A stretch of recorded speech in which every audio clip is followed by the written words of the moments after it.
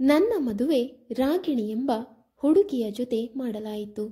ಅವಳು ಬೇರೆ ಹುಡುಗಿಯರಂತೆ ತುಂಬಾನೇ ಸಾಧಾರಣವಾಗಿ ಕಾಣುತ್ತಿದ್ದಳು.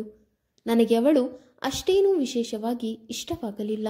ಆದರೆ ನನ್ನ ಹೆತ್ತವರ ಒತ್ತಾಯದ ಮೇರೆಗೆ ನಾನು ಈ ಮದುವೆಗೆ ನಿರಾಕರಿಸಲು ಸಾಧ್ಯವಾಗಲಿಲ್ಲ. ಆ ಹುಡುಗಿ ನನ್ನ ತಂದೆಯ ಸ್ನೇಹಿತನ ಮಗಳು ಮತ್ತು ಬೇರೆ ನಗರದಲ್ಲಿ ಓದುತ್ತಿರುವ ಸಹೋದರಿ ಇದ್ದ ಕಾರಣ ಮದುವೆಯನ್ನು ಆತುರದಲ್ಲೇ ನಿಶ್ಚಯಿಸಲಾಯಿತು. ನಾನು ನಿಮಗೆಲ್ಲರಿಗೂ ಹೇಳಿದಂತೆ ನನ್ನ ಮದುವೆಯನ್ನು ಬಹಳ ಬೇಗನೆ ನಿಶ್ಚಯಿಸಲಾಯಿತು ಮತ್ತು ರಾಗಿಣಿಯ ತಂಗಿ ಬೇರೆ ನಗರದಲ್ಲಿದ್ದಳು ಮತ್ತು ಆ ಸಮಯದಲ್ಲಿ ಅವಳ ಪರೀಕ್ಷೆಗಳು ನಡೆಯುತ್ತಿದ್ದವು. ಆದ್ದರಿಂದ ಅವಳು ಮದುವೆಗೆ ಹಾಜರಾಗಲು ಸಾಧ್ಯವಾಗಲಿಲ್ಲ. ಈಗ ಅವಳ ಪರೀಕ್ಷೆಗಳ ಕೆಲವು ದಿನಗಳ ನಂತರ ಅವಳು ರಜೆಯನ್ನು ಹೊಂದಿದ್ದಾಳೆ ಮತ್ತು ನನ್ನನ್ನು ಮತ್ತು ಅವಳ ಸಹೋದರಿಯನ್ನು ಭೇಟಿಯಾಗಲು ಕಾತುರದಿಂದ ಕಾಯುತ್ತಿದ್ದಾಳೆ. ಅವಳು ಬಿಜಾಪುರದ ಮನೆಗೆ ಬಂದು ನನಗೆ ಕರೆ ಮಾಡಿ, ಹೆಲೋ ಭಾವ, ನಮಸ್ಕಾರ, ನಾನು ನಿಮ್ಮ ಹೆಂಡತಿಯ ತಂಗಿ ಸುಹಾಸಿನಿ. ನೀವು ನನ್ನನ್ನು ಗುರುತಿಸುತ್ತೀರಾ ಎಂದು ಕೇಳಿದಳು. ನಾನು ನಮಸ್ಕಾರ ಹೇಳಿದೆ. ನನಗೆ ನಿಮ್ಮ ಹೆಸರು ಮಾತ್ರ ಗೊತ್ತು, ಆದರೆ ನೀವು ನಮ್ಮ ಮದುವೆಗೆ ಹಾಜರಾಗಲಿಲ್ಲ. ಹಾಗಾದರೆ ನಾನು ನಿಮ್ಮನ್ನು ಹೇಗೆ ಗುರುತಿಸಲಿ? ಅದಕ್ಕೆ ಸುಹಾಸಿನಿ ಉತ್ತರಿಸಿದಳು, ಭಾವ, ನನ್ನ ಪರೀಕ್ಷೆಗಳು ಮುಗಿದ ತಕ್ಷಣ ನಾನು ಓಡಿ ಓಡಿ ಬಂದಿದ್ದೇನೆ. ಆದ್ದರಿಂದ ನಾನು ನಿಮ್ಮನ್ನು ಮತ್ತು ನನ್ನ ಸಹೋದರಿಯನ್ನು ಭೇಟಿಯಾಗಬಹುದು ಎಂದು. ಸುಹಾಸಿನಿ ತನ್ನ ಭಾವನನ್ನು ಭೇಟಿಯಾಗಲು ಉತ್ಸಾಹದಿಂದ ಕೇಳಿಕೊಂಡಳು. ಆಗ ಅನುರಾಗ್, ಸರಿ ಆಯಿತು ಸುಹಾಸಿನಿ, ನಾನು ಸಂಜೆ ನಿನಗೆ ಕರೆದುಕೊಂಡು ಹೋಗಲು ಬರುತ್ತೇನೆ ಎಂದು ಹೇಳಿದನು. ಸರಿ ಭಾವ, ಬೇಗ ಬನ್ನಿ, ನಾನು ರೆಡಿಯಾಗಿರ್ತೀನಿ ಎಂದಳು. ಅನುರಾಗ್ ಸಂಜೆ ತನ್ನ ಅತ್ತೆ ಮಾವನ ಮನೆಗೆ ಬಂದನು. ಅವನ ಅತ್ತಿಗೆ ಕೋಣೆಯಿಂದ ಹೊರಬಂದ ತಕ್ಷಣ ಅವನು ಅವಳನ್ನು ದಿಟ್ಟಿಸಿ ನೋಡಿದನು. ಅವನು ಮೋಡಿ ಮಾಡಲ್ಪಟ್ಟನು. ಅವಳು ಸ್ವರ್ಗದಿಂದ ಬಂದ ಅಪ್ಸರೆಯಂತೆ ಕಾಣುತ್ತಿದ್ದಳು. ಅವನು ಅವಳನ್ನು ತೀವ್ರವಾಗಿ ಮತ್ತೊಮ್ಮೆ ದಿಟ್ಟಿಸಿ ನೋಡಿದನು. ಮನಸ್ಸಿನಲ್ಲಿ ಅಂದುಕೊಳ್ಳುತ್ತಾನೆ, ಇವಳು ನನ್ನ ಅತ್ತಿಗೆ ಸುಹಾಸಿನಿ. ಇವಳಂತೂ ರಾಗಿಣಿಗಿಂತ ತುಂಬಾನೇ ಸುಂದರವಾಗಿದ್ದಾಳೆ. ನನ್ನ ಮದುವೆ ಇವಳ ಜೊತೆಗೆ ಆಗಿದ್ದರೆ ಎಷ್ಟೂ ಚೆನ್ನಾಗಿರ್ತಿತ್ತು. ಅನುರಾಗ್ ತನ್ನ ಅತ್ತಿಗೆಯನ್ನು ದಿಟ್ಟಿಸುತ್ತಾ ತನ್ನೊಳಗೆ ಇದನ್ನೆಲ್ಲ ಯೋಚಿಸುತ್ತಿದ್ದನು. ಸುಹಾಸಿನಿ ಅವನ ಹತ್ತಿರ ಬಂದಾಗ ಅವಳು ಅವನ ಕಣ್ಣ ಮುಂದೆ ಚುಟುಕಿ ಹೊಡೆದು, ಏನ್ ಭಾವ, ನೀನು ನನ್ನನ್ನು ನೋಡಿ ಬೆರಗಾದೆಯಾ? ನಾನು ತುಂಬಾ ಸುಂದರವಾಗಿದ್ದೀನಿ ಅಲ್ವಾ ಎಂದು ಹೇಳಿದಳು. ಅವಳು ಜೋರಾಗಿ ನಗುತ್ತಾ, ಭಾವ, ಇವಾಗ ಬೇಗ ಹೋಗೋಣ, ನಾನು ನನ್ನ ಅಕ್ಕನನ್ನು ಭೇಟಿಯಾಗಲು ಬಯಸುತ್ತೇನೆ ಎಂದು ಹೇಳಿದಳು. ಅನುರಾಗ್ನ ಅತ್ತೆ ಮಾವನ ಮನೆ ಅವನ ಮನೆಗಿಂತ ಸುಮಾರು 50 ಕಿಲೋಮೀಟರ್ ದೂರದಲ್ಲಿತ್ತು. 2 ಗಂಟೆಗಳ ಡ್ರೈವ್ ದೂರದಲ್ಲಿದ್ದರಿಂದ ಅವನು ತನ್ನ ಅತ್ತಿಗೆ ಸುಹಾಸಿನಿಯನ್ನು ಕರೆದುಕೊಂಡು ಹೋಗಲು ತನ್ನ ಕಾರನ್ನು ಓಡಿಸಿದನು. ಅವನು ಅತ್ತೆ ಮನೆಯಿಂದ ಹೊರಟಾಗ ಸುಮಾರು ರಾತ್ರಿ 9 ಗಂಟೆ ಆಗಿತ್ತು. ದಾರಿಯಲ್ಲಿ ಹೋಗುವಾಗ ಅವನು ಸುಹಾಸಿನಿಗೆ, ಸುಹಾಸಿನಿ, ನೀನು ತುಂಬಾ ಸುಂದರವಾಗಿದ್ದೀಯ. ನಿನ್ನ ಅಕ್ಕ ನಿನ್ನ ಮುಂದೆ ತುಂಬಾನೇ ಸಾಮಾನ್ಯವಾಗಿ ಕಾಣುತ್ತಾಳೆ ಎಂದು ಹೇಳಿದನು. ಆಗ ಸುಹಾಸಿನಿ, ಭಾವ, ಯಾಕೆ ತಮಾಷೆ ಮಾಡುತ್ತಿದ್ದೀಯಾ? ಅಕ್ಕ ಮತ್ತು ನಾನು ಸೇಮ್ ಟು ಸೇಮ್ ಇದ್ದೇವೆ ಎಂದು ಹೇಳಿದಳು. ಇಲ್ಲ, ನೀನು ನಿನ್ನ ಅಕ್ಕಳಿಗಿಂತ ತುಂಬಾನೇ ಸುಂದರವಾಗಿದ್ದೀಯಾ ಎಂದು ಉತ್ತರಿಸಿದ. ಇದನ್ನು ಕೇಳಿ ಸುಹಾಸಿನಿ ಸ್ವಲ್ಪ ಮುಗುಳ್ನಕ್ಕು ತನ್ನ ನೋಟವನ್ನು ತಗ್ಗಿಸಿದಳು.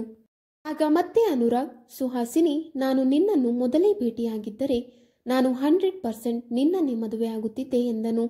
ಆಗ ಸುಹಾಸಿನಿ, ಇವಾಗ ನೀವು ಅಕ್ಕನ ಜೊತೆಯಲ್ಲಿ ಮದುವೆಯಾಗಿದ್ದೀರಾ ಭಾವ ಎಂದಳು. ಆದ್ದರಿಂದ ಇವಾಗ ನೀವು ನನ್ನ ಅಕ್ಕ ರಾಗಿಣಿಯ ಮೇಲೆ ಗಮನ ಹರಿಸಬೇಕು ಎಂದು ನಗುತ್ತಾ ಹೇಳಿದಳು. ಅನುರಾಗ್, ಸುಹಾಸಿನಿ, ನೀನು ನನ್ನ ಮಾತುಗಳನ್ನು ಏಕೆ ತಮಾಷೆ ಎಂದುಕೊಳ್ಳುತ್ತಿದ್ದೀಯಾ? ನಾನು ನಿನಗೆ ಏನು ಹೇಳಿದರೂ ಅದನ್ನು ನನ್ನ ಹೃದಯದಿಂದ ಹೇಳುತ್ತಿದ್ದೀನಿ ಮತ್ತು ನಾನು ನಿನ್ನನ್ನು ಮೊದಲ ನೋಟದಲ್ಲೇ ನೋಡಿದಾಗ ನನ್ನ ಮನಸ್ಸಿಗೆ ಮತ್ತು ಹೃದಯಕ್ಕೆ ಬಂದ ಒಂದೇ ವಿಷಯವೇನೆಂದರೆ ನಾನು ನಿನ್ನನ್ನು ಮೊದಲೇ ಭೇಟಿಯಾಗಬೇಕಿತ್ತು ಎಂದು. ನಾನು ನಿನ್ನನ್ನು ಮದುವೆಯಾಗಿದ್ದರೆ ನಾನು ನಿನ್ನನ್ನು ನನ್ನ ಹೃದಯಕ್ಕೆ ತೃಪ್ತಿಯಾಗುವಷ್ಟು ಪ್ರೀತಿಸುತ್ತಿದ್ದೆ. ಹೀಗೆ ಮಾತನಾಡುವಾಗ ಅನುರಾಗ್ ಸುಹಾಸಿನಿಯ ತೊಡೆಗಳ ಮೇಲೆ ಕೈಯಿಟ್ಟನು. ಸುಹಾಸಿನಿ ನಾಚಿಕೆಯಿಂದ ತನ್ನ ಭಾವನನ್ನು ನೋಡಿದಳು ಮತ್ತು ಅನುರಾಗ್ ಕೂಡ ಸುಹಾಸಿನಿಯ ಕಡೆಗೆ ನೋಡಿದನು. ನಂತರ ಸುಹಾಸಿನಿ ಮತ್ತೆ ತನ್ನ ನೋಟವನ್ನು ತಗ್ಗಿಸಿದಳು. ಅನುರಾಗ್ ಸುಹಾಸಿನಿಯ ತೊಡೆಗಳನ್ನು ಸವರುತ್ತಾ ಅವಳನ್ನು ಅಪ್ಪಿಕೊಂಡು ತನ್ನ ಭುಜದ ಮೇಲೆ ಮಲಗಿಸಿಕೊಂಡನು. ನೀನು ಪ್ರಯಾಣದಿಂದ ಸುಸ್ತಾಗಿರಬೇಕು. ನೀನು ನನ್ನ ಭುಜದ ಮೇಲೆ ತಲೆ ಇಡಬಹುದು. ನಮ್ಮ ಸಂಬಂಧ ಗಂಡ ಹೆಂಡತಿಯ ಅಲ್ಲದೆ ಇದ್ದರೂ ಭಾವ ಅತ್ತಿಗೆಯ ಸಂಬಂಧ ಇದೆ ಮತ್ತು ಅತ್ತಿಗೆ ಭಾವನ ಅರ್ಧ ಪತ್ನಿ ಎಂದು ನಿನಗೆ ತಿಳಿದಿದೆ. ಆದ್ದರಿಂದ ಈ ಅತ್ತಿಗೆಯನ್ನು ನೋಡಿಕೊಳ್ಳುವುದು ಸಹ ಈ ಭಾವನ ಕರ್ತವ್ಯ ತಾನೆ ಎಂದು ಹೇಳಿದನು. ಇದನ್ನು ಕೇಳಿದ ಸುಹಾಸಿನಿ ಮುಗುಳ್ನಕ್ಕು ಅನುರಾಗ್ನ ಭುಜದ ಮೇಲೆ ತಲೆ ಇಟ್ಟು ವಿಶ್ರಾಂತಿ ಪಡೆಯಲು ಪ್ರಾರಂಭಿಸಿದಳು. ಅನುರಾಗ್, ಸುಹಾಸಿನಿ, ನೀನು ನನ್ನನ್ನು ಮೊದಲ ನೋಟದಲ್ಲಿ ನೋಡಿದಾಗ ನಿನಗೆ ನಾನು ಇಷ್ಟವಾದೇನಾ? ಸುಹಾಸಿನಿ ಹೇಳಿದಳು, ಭಾವ, ನೀನಂತೂ ಯಾವುದೇ ಹೀರೋಗಿಂತ ಕಡಿಮೆಯಲ್ಲ. ನನಗೆ ನೀನು ತುಂಬಾನೇ ಇಷ್ಟವಾದೆ ಎಂದಳು. ಆಗ ಅನುರಾಗ್, ಸರಿ, ಆದರೆ ನಾವು ಒಂದಾಗಲು ಸಾಧ್ಯವಿಲ್ಲ ಅಲ್ವಾ ಎಂದನು. ಸುಹಾಸಿನಿ, ಹಾಗಾದರೆ ಏನು ಭಾವ? ನಾನು ನಿಮ್ಮ ಅತ್ತಿಗೆ, ನೀವು ಹೇಳಿದ ಹಾಗೆ ನಿಮ್ಮ ಅರ್ಧ ಹೆಂಡತಿ ಎಂದಳು. ಅನುರಾಗ್ ಮೃದುವಾಗಿ ಮುಗುಳ್ನಕ್ಕು ಒಂದು ಕೈಯಿಂದ ಅವಳ ತುಟಿಗಳನ್ನು ಮತ್ತು ಕೆನ್ನೆಯನ್ನು ಸವರಿದನು. ಸುಹಾಸಿನಿಯೊಂದಿಗೆ ಸಮಯ ಕಳೆಯಲು ಅನುರಾಗ್ ಉದ್ದೇಶಪೂರ್ವಕವಾಗಿ ನಿಧಾನವಾಗಿ ಕಾರು ಚಲಾಯಿಸುತ್ತಿದ್ದ. ಅದು ರಾತ್ರಿಯಾಗಿತ್ತು ಮತ್ತು ತಂಪಾದ ಮಾದಕ ಗಾಳಿ ಬೀಸುತ್ತಿತ್ತು ಮತ್ತು ಭಾವ ಮತ್ತು ಸುಂದರ ಅತ್ತಿಗೆ ತುಂಬಾ ಹತ್ತಿರದಲ್ಲಿ ಕುಳಿತಿದ್ದರು. ಅನುರಾಗ್ ಸುಹಾಸಿನಿಗೆ, ನೀನು ಹೊರಗೆ ಬೇರೆ ಊರಲ್ಲಿ ಕಾಲೇಜಿನಲ್ಲಿ ಓದುತ್ತಿದ್ದೀಯಾ? ನಿನಗೆ ಖಂಡಿತ ಬಾಯ್ ಫ್ರೆಂಡ್ ಇರಬೇಕು ಎಂದನು. ಸುಹಾಸಿನಿ, ಕಾಲೇಜಿನಲ್ಲಿ ನನ್ನನ್ನು ಬಯಸುವ ಹುಡುಗರು ತುಂಬಾ ಇದ್ದಾರೆ ಭಾವ, ಆದರೆ ನಾನು ಅವರನ್ನು ನನ್ನ ಹತ್ತಿರ ಬರಲು ಬಿಡುವುದಿಲ್ಲ ಎಂದಳು. ಸುಳ್ಳು ಹೇಳಬೇಡ, ನೀನು ಮನೆಯ ಹೊರಗೆ ಒಬ್ಬಂಟಿಯಾಗಿ ವಾಸಿಸುತ್ತೀಯಾ? ನಿನಗೆ ಯಾರೊಂದಿಗಾದರೂ ಪಕ್ಕಾ ಸಂಬಂಧವಿರಬೇಕು.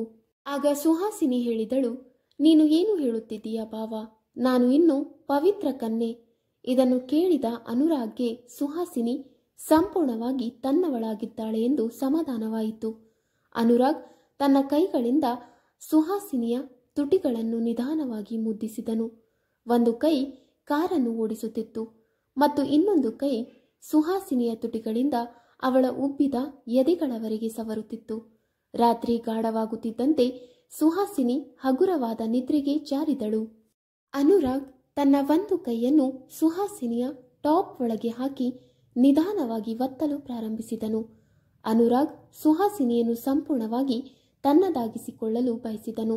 ಅವಳನ್ನು ನೋಡಿದ ಕೂಡಲೇ ಅವನಿಗೆ ಒಂದು ವಿಚಿತ್ರವಾದ ಮಾದಕತೆ ಅನಿಸಿತು.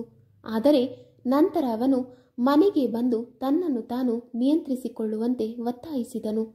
ಅವನು ನಿಧಾನವಾಗಿ ಸುಹಾಸಿನಿಯನ್ನು ಎಬ್ಬಿಸಿ ಕೇಳಿದನು, ಸುಹಾಸಿನಿ, ನೀನು ನಿನ್ನ ಅಕ್ಕಳನ್ನು ಭೇಟಿಯಾಗಲು ಬಯಸುವುದಿಲ್ಲವೇ? ಆಗ ಸುಹಾಸಿನಿ ಉತ್ತರಿಸಿದಳು, ಓ, ಮನೆಗೆ ಮುಟ್ಟಿದೇವಾ, ನಾನು ಈಗಾಗಲೇ ನಿದ್ರಿಸುತ್ತಿದ್ದೆ. ಅನುರಾಗ್ ಸುಹಾಸಿನಿಯನ್ನು ತನ್ನ ಮನೆಯೊಳಗೆ ಕರೆದೊಯ್ದನು. ಸುಹಾಸಿನಿಯನ್ನು ನೋಡಿದ ರಾಗಿಣಿ ಅವಳನ್ನು ತಬ್ಬಿಕೊಂಡು, ನೀನು ಚೆನ್ನಾಗಿದ್ದೀಯ ತಾನೆ? ಪ್ರಯಾಣದಲ್ಲಿ ನನಗೆ ಏನೂ ತೊಂದರೆಯಾಗಿಲ್ಲ ತಾನೆ ಎಂದು ಕೇಳಿದಳು. ಸುಹಾಸಿನಿ ಸ್ವಲ್ಪ ಮುಗುಳ್ನಕ್ಕು, ಇಲ್ಲ ಅಕ್ಕ, ನನ್ನ ಭಾವ ನನಗೆ ಯಾವುದೇ ತೊಂದರೆಯಾಗಲು ಬಿಡಲಿಲ್ಲ ಎಂದಳು. ಆಗ ರಾಗಿಣಿ, ನೀನು ಸ್ವಲ್ಪ ಫ್ರೆಶ್ ಆಗಿ ಬಾ, ನಂತರ ನಾನು ಆಹಾರವನ್ನು ರೆಡಿ ಮಾಡುತ್ತೇನೆ ಎಂದಳು. ಸುಹಾಸಿನಿ ಫ್ರೆಶ್ ಆಗಿ ಹಿಂತಿರುಗಿದಳು.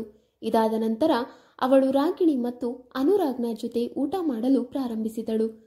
ಆಗ ರಾತ್ರಿ ಸುಮಾರು 11 ಗಂಟೆ ಆಗಿತ್ತು. ಊಟದ ನಂತರ ಅವರು ಸಾಂದರ್ಭಿಕವಾಗಿ ಮಾತನಾಡಿದರು ಮತ್ತು ಸುಹಾಸಿನಿ, ಅಕ್ಕ, ಭಾವ ತುಂಬಾನೇ ಸ್ಮಾರ್ಟ್ ಆ್ಯಂಡ್ ಹ್ಯಾಂಡ್ಸಮ್ ಆಗಿದ್ದಾರೆ ಎಂದು ಹೇಳಿದಳು. ಇದನ್ನು ಕೇಳಿ ರಾಗಿಣಿ ಮುಗುಳ್ನಕ್ಕಳು. ಸುಹಾಸಿನಿ ಎದುರು ಕಾಣಿಸುವ ಕೋಣೆ ನಿನ್ನದು, ಅಲ್ಲಿ ಹೋಗಿ ಆರಾಮ ಮಾಡು ಎಂದಳು. ಸ್ವಲ್ಪ ಸಮಯದ ನಂತರ ಎಲ್ಲರೂ ಮಲಗಲು ತಮ್ಮ ತಮ್ಮ ಕೋಣೆಗಳಿಗೆ ಹೋದರು. ಅನುರಾಗ್ಗೆ ಇವತ್ತು ನಿದ್ದೆಯೇ ಬರಲಿಲ್ಲ. ಅವನ ಮನಸ್ಸಿನಲ್ಲಿದ್ದುದು ಸುಹಾಸಿನಿಯ ಗುಲಾಬಿ ತುಟಿಗಳು, ಉಬ್ಬಿದ ಎದೆಗಳು ಮತ್ತು ತೆಳ್ಳಗಿನ ಸೊಂಟ ಮಾತ್ರ. ಅವಳ ಸುಂದರ ದೇಹವು ಅವನ ಕಣ್ಣುಗಳ ಮುಂದೆ ಹಾದು ಹೋಗುತ್ತಿತ್ತು. ರಾಗಿಣಿ ತನ್ನ ಗಂಡನನ್ನು ಕೇಳಿದಳು, ನೀವು ಆರಾಮಾಗಿದ್ದೀರಾ ತಾನೇ? ನೀವು ಚೆನ್ನಾಗಿಲ್ಲ ಎಂದು ತೋರುತ್ತದೆ. ಆಗ ಅನುರಾಗ್, ಇಲ್ಲ, ನಾನು ಚೆನ್ನಾಗಿದ್ದೇನೆ ಎಂದನು. ಅನುರಾಗ್ ಪ್ರತಿ ರಾತ್ರಿಯೂ ಹೆಂಡತಿಯ ಜೊತೆ ಅದನ್ನು ಮಾಡುವ ಅಭ್ಯಾಸವನ್ನು ಹೊಂದಿದ್ದನು. ಅವರು ಮದುವೆ ಆದಾಗಿನಿಂದ ರಾಗಿಣಿಯೊಂದಿಗೆ ರೊಮ್ಯಾನ್ಸ್ ನಡೆಸದೆ ಒಂದು ದಿನವೂ ಮಲಗಿಲ್ಲ. ಆದರೆ ಇಂದು ಅವನು ರಾಗಿಣಿಯಿಂದ ದೂರವಾಗಿ ಇನ್ನೊಂದು ಬದಿಯಲ್ಲಿ ಮಲಗಿದ್ದನು. ರಾಗಿಣಿಗೆ ಏನೋ ವಿಚಿತ್ರವೆನಿಸಿತು. ಅವಳು ಕೇಳಿದಳು, ಏನಾಗಿದೆ? ನೀವು ಇಂದು ಇನ್ನೊಂದು ಬದಿಯಲ್ಲಿ ಮಲಗಿದ್ದೀರಿ. ಅನುರಾಗ್, ಏನೂ ಇಲ್ಲ, ನನಗೆ ಸ್ವಲ್ಪ ದಣಿವಾಗಿದೆ ಎಂದನು. ಆಗ ರಾಗಿಣಿ, ನಮ್ಮ ಮದುವೆಯಾಗಿ 6 ತಿಂಗಳುಗಳಾಗಿವೆ ಮತ್ತು ಈ 6 ತಿಂಗಳಲ್ಲಿ ನೀವು ರೊಮ್ಯಾನ್ಸ್ ಮಾಡದೆ ಒಂದು ದಿನವೂ ಇಲ್ಲ, ಒಂದು ರಾತ್ರಿಯೂ ಇಲ್ಲ. ನಾನು ಕೂಡ ಇದಕ್ಕೆಲ್ಲ ಒಗ್ಗಿಕೊಂಡಿದ್ದೇನೆ. ಈಗ ಅನುರಾಗ್ ರಾಗಿಣಿಯ ಕಡೆಗೆ ಮುಖ ಮಾಡಿ ಅವಳ ಸೊಂಟದ ಮೇಲೆ ಕೈಯಿಟ್ಟು, ರಾಗಿಣಿ, ನನಗೆ ಕೆಲಸದಿಂದ ಸ್ವಲ್ಪ ಒತ್ತಡವಿದೆ ಎಂದು ಹೇಳಿದನು. ಅವನು ರಾಗಿಣಿಯ ಬ್ಲೌಸ್ ಅನ್ನು ಮುಂಭಾಗದಿಂದ ಬಿಚ್ಚಿ ಅವಳನ್ನು ಉತ್ಸಾಹದಿಂದ ಚುಂಬಿಸಲು ಪ್ರಾರಂಭಿಸಿದನು. ರಾಗಿಣಿ ಕೂಡ ತನ್ನ ಗಂಡನ ತೋಳುಗಳಿಗೆ ಒರಗಿಕೊಂಡು ಅವನನ್ನು ಪ್ರೀತಿಸಲು ಪ್ರಾರಂಭಿಸಿದಳು. ಅನುರಾಗ್ ಮತ್ತು ರಾಗಿಣಿ ಮದುವೆಯಾದಾಗಿನಿಂದ ಅವರು ದೈಹಿಕ ಸಂಬಂಧ ಇಲ್ಲದೆ ಒಂದು ರಾತ್ರಿಯೂ ಮಲಗಿರಲಿಲ್ಲ.